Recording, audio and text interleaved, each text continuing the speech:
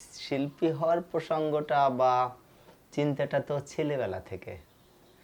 সুতরাং আমার কাছে মনে হয় যে জীবন চর্চা এখন যে শিল্পের পরিমণ্ডলে আমরা ঘুরছি, কাজ করছি বা মনে করছি যে নানা অঙ্গনের সাথে শিল্পের নানা শাখায় রস আস্বাদন করছি, আমার কাছে মনে হয় যে আমি যে গ্রামে বড় হয়েছি সেই শৈশবের যে শিল্প এবং সৌন্দর্য এবং প্রকৃতি, সেটার বোধহয় শতভাগের 10 ভাগও আমি এখন এই জীবনে পাচ্ছি না।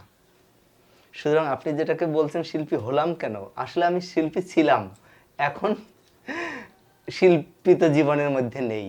বরং যখন থেকে শিল্পী হব বা শিল্পের কর্মজীবন শিল্পের মননে তৈরি হবে, সেই জীবন এখন যদি স্মৃতিচারণ করি তখন মনে হয় যে সেটাই শৈল্পিক জীবন ছিল এবং তখন যেসব সৃষ্টি ছিল সেটাই প্রকৃত শিল্পী ছিল। ধরেন পুতুল খেলার ঘর, তখন যে পেঁপে পাতা দিয়ে, কলা পাতা দিয়ে কুড়ে ঘর তৈরি করা, কিংবা হচ্ছে মাছ ধরতে যাওয়া, বনভোজন করা, ওই সময় যে খড় দিয়ে চালা করে একটা ঘর তৈরি করা, সেগুলো এখন যে আধুনিক শিল্প হচ্ছে, আমার কাছে মনে হয় তার চেয়েও সেটা বেশি ক্রিয়েটিভ এবং বেশি হচ্ছে শিল্পের যে মনোরঞ্জনের কথা বলা হয় যে নিজের আত্মতৃপ্তির জন্য, ওটা ওই জায়গাটাকে তো আমি স্তরটাকে টপকাইতে পারি নাই।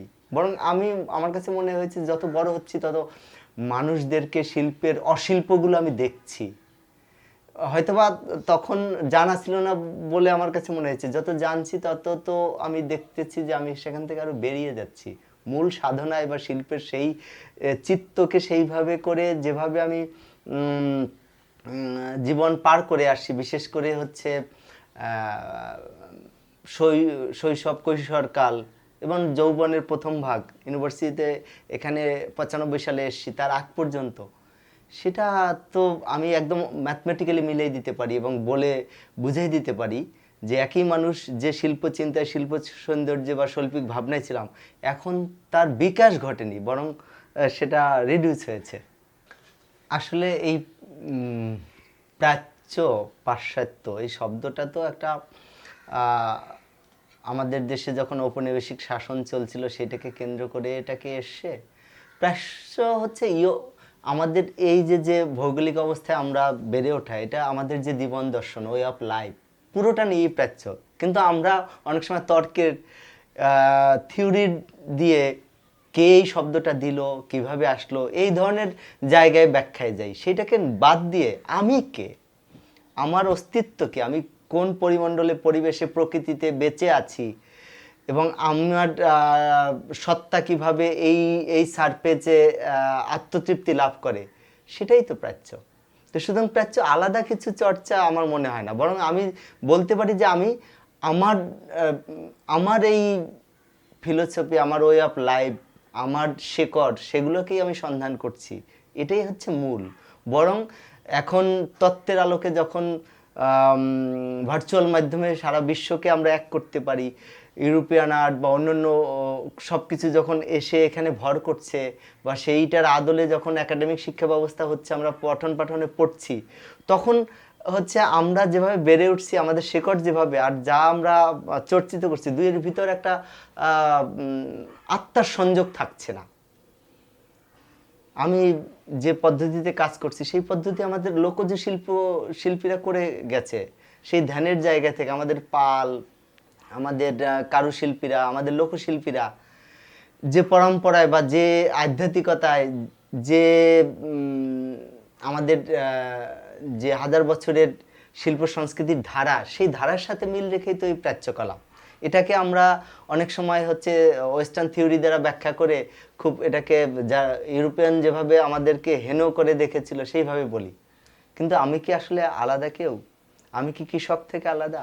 আমি কি আমার ঐতিহ্য থেকে আলাদা? আমি কি আমার লোকশিল্পীদের থেকে আলাদা? এখন শিল্পীদের সাথে আপনি নিশ্চয়ই অনেক মানুষদের সাথে কথা বলেছেন। দিন শেষে কি শিল্প কিন্তু এক ধরনের বুদ্ধিভিত্তিক চর্চা, যেটাকে বলা হয়ে থাকে ইউরোপিয়ান আর্টে। কিন্তু আমাদের দেশে এই বুদ্ধিভিত্তিক চর্চাটা ছিল না, এটা আত্মার চর্চা, সেই ঈশ্বর বা একের ধ্যান। এবং আর্টের যতগুলো শাখা দেখেন যেভাবে এসছে এই উপমহাদেশে, সবগুলো কিন্তু ধর্মকে কেন্দ্র করে। এবং রিচুয়াল থেকে। লোকশিল্পে দেখেন যে অনেক ধরনের পেন্টিং হয় বা যা কিছু হয় রিচুয়ালের ইয়ে করে। আপনি বুদ্ধিস্ট আর্ট দেখেন, তালপাতার প্রতিচিত্র দেখেন, অজন্তা ইলোরার কাজ দেখেন, সবই হচ্ছে রিচুয়াল কিংবা ধর্মের একটা। এখন এই ধর্ম মানে কোনো হিন্দু, বুদ্ধ, মুসলিম, খ্রিস্টান এইরকম না, এটা আমরা এখন আলাদা করি, কিন্তু আসলে সবারই একের সাধনা, সেই বিশ্ব প্রকৃতির যে সৃজনকর্তা তাকে খুঁজে ফেরা। এইটা হচ্ছে আমরা তত্ত্বের আলোকে কিংবা পাশ্চাত্যের যে বুদ্ধিভিত্তিক চর্চা সেই আলোকে এখন আমি লক্ষ্য করেছি। আপনি দেখেন যে যেসব শিল্পীরা আঁকে তারা কিন্তু এইসব থিওরি মানে না, তারা একদম ভিতরের আত্মা নিয়েই চলে। আপনি যাদের কথা ধরেন, এবং আগে শিল্পীর সাথে তার শিল্পের মনন, আমরা অনেক সময় বলে থাকি সাহিত্যের ক্ষেত্রে যে শিল্প সাহিত্য অনেকটাই আত্মজৈবনিক। আত্মজৈবনিক না হলে পর তো হবে না, কিন্তু বুদ্ধিভিত্তিক শিল্প চর্চায় কিন্তু আলাদা, যে আমি কীরকম আছি তা না, আমি যেটা দেখাচ্ছি সেটা আমার মনন থেকে আলাদা কিছু হতে পারে। কিন্তু প্রাচ্যের আর্ট সবসময় হচ্ছে অনেকখানি আত্মজৈবনিক। আপনি দেখেন যে আমি যদি ওইভাবে বলি যে প্রাচ্য শিল্প করতে হলে আগে শিল্পীকে নিজেকে তৈরি হতে হবে, নিজেও হচ্ছে আগে মানে সেই শিল্প মননটা তৈরি হয়ে নিজেকে প্রিপেয়ার্ড করতে হবে। আপনি অবন ঠাকুর দেখেন, তিনিও বলতেন যে এটা ধ্যানের মতো, পূজার মতো। নন্দলাল বলেন তারা মানে আগে হচ্ছে যে যে উপকরণ লাগতো সেগুলো নিয়ে, আমরা যেমন নামাজ পড়তে গিয়ে পাক পবিত্র হয়ে পূজার আসনে যাই, ঠিক এরকম নিজের প্লেট, ছবি আঁকা, ওই মনন স্থির হলে পরে ছবি আঁকতে পারতেন, আর নইলে আঁকতেন না।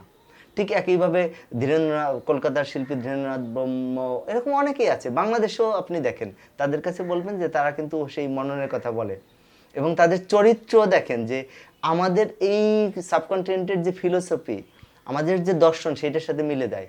আব্দুল সাত্তার স্যার এই দেশের প্রাচ্য চিত্রকলা শিল্পী। আপনি শাকুর সাহেব বলেন, তিনি কারুশিল্প বিভাগে পঠন পাঠন, পাশ্চাত্য একাডেমিক পঠন পাঠন হলেও তার ধারা হচ্ছে ময়মনসিংহ গীতিকা নিয়ে যে এই দেশের উপস্থাপন। আপনি শম্ভু আচার্যের কথা দেখেন, আপনি হচ্ছে সমর মজুমদার দেখেন, কিন্তু এদের দেখেন এদের যে ছবি যেটা বের হচ্ছে, তাদের যে চরিত্র বা তাদের যে মনন, বা সুশান্ত কুমার অধিকারী আপনি দেখেন তাদের মনন চলাফেরার সাথে ঠিক একই সাথে এই ছবির সাথে আপনি কালিদাস কর্মকার কিংবা হচ্ছে শহীদ কবির কিংবা আরও যারা ওয়েস্টার্ন ফিলোসফিতে ওইভাবে তাদের জীবনযাত্রাও যেমন, জীবনযাত্রার সাথে তাদের কর্মের একটা মিল আছে। সুতরাং এখানে আমাদের শিল্পী প্রাচ্য চিত্রকলার বড় একটা জায়গা আমরা খুঁজে পেতে পারি এভাবে যে শিল্পী নিজে নিজে আগে একটা উপকরণ, নিজে আগে হচ্ছে ওই চৈতন্যে মিল হতে হবে, তারপর উপকরণের সাথে মিলবে, সব মিলে হবে। এটা ছাড়া আমি মনে হলো যে আমি ক্যানভাস আছে, আমি রং নিয়ে আমি কাজ করব, তা না। আমি চাইলেই কিন্তু আমাদের যে বেসিক পদ্ধতিগুলো আছে, ওয়াশ, গোয়াশ, টেম্পারা কিংবা টেম্পারা, আরও অনেক কিছু, এগুলো দেখেন যে একটা প্রসেসিংয়ের মধ্যে একটা রিচুয়াল, একটা ধ্যানস্থ বা একটা একটা স্টেপ বাই স্টেপ আছে। এখানে কিন্তু ওই রকম জানি নেই, যা কিছু করলাম এখন যেটা হচ্ছে ইনস্টলেশন আর্ট কিংবা অন্যান্য জায়গায় ওইভাবে দেখানো যায়। কিন্তু আপনার এই প্রসেসের মধ্যে দিয়ে এই অঞ্চলের আর্টের যে ধারা, লোকশিল্পের ধারা, সেগুলো হচ্ছে এরকম একটা স্টেপ বাই স্টেপ নিজেকে তৈরি করা, সময়ের মননের সাথে একটা মিথস্ক্রিয়া না হলে পরে হুট করে করা যায় না। যে আমার আজকে মনে হলো যে আমি 5টা ছবি আঁকবো বা এই করবো, আমি রং নিয়ে খেললাম, হয়ে গেল, এটার কোনো সুযোগ নাই।